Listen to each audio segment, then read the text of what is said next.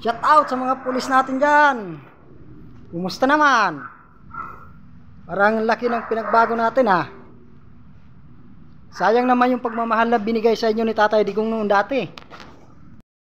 Yung panahon na hindi pa si Tatay Digong ang Pangulo ng Pilipinas, magkano lang ang sinasahod nyo? Mga pulis, mga sundalo.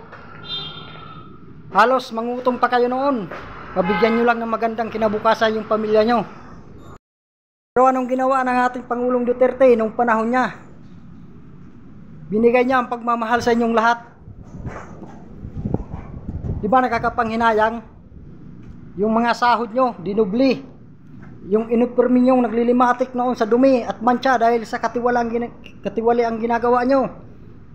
Anong ginawa niya? Dinaban niya ito. Tinanggal yung mga mancha.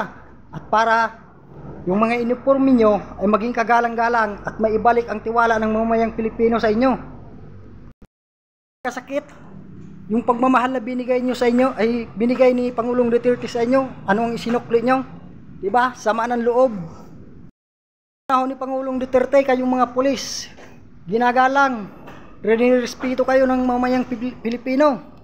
Kasi yung suot-suot nyo, inupirmi, ay natanaw na ang sagisag ng kabutihan.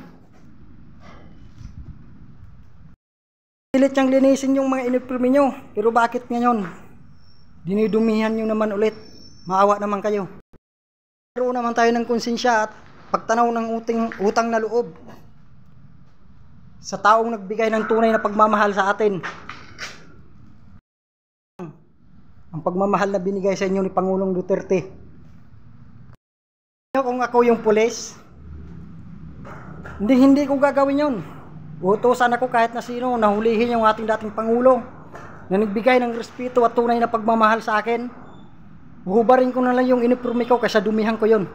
Dahil yung inupirming sinuot ko na sinumpaan ko noon ay malinis dahil sa kanya. Kaya hindi ko papayagang dumihan yun ulit. Kaya kung ako ang pulis, uhubarin ko yung inupirmi ko at mag-aararo na lang ako sa bukid. Dahil napakahirap kalabanin ang konsensya. Mahirap kalabanin yung sarili mo. Yung lulukuhin mo yung sarili mo habang buhay, hindi mo mapapatawad yung sarili mo.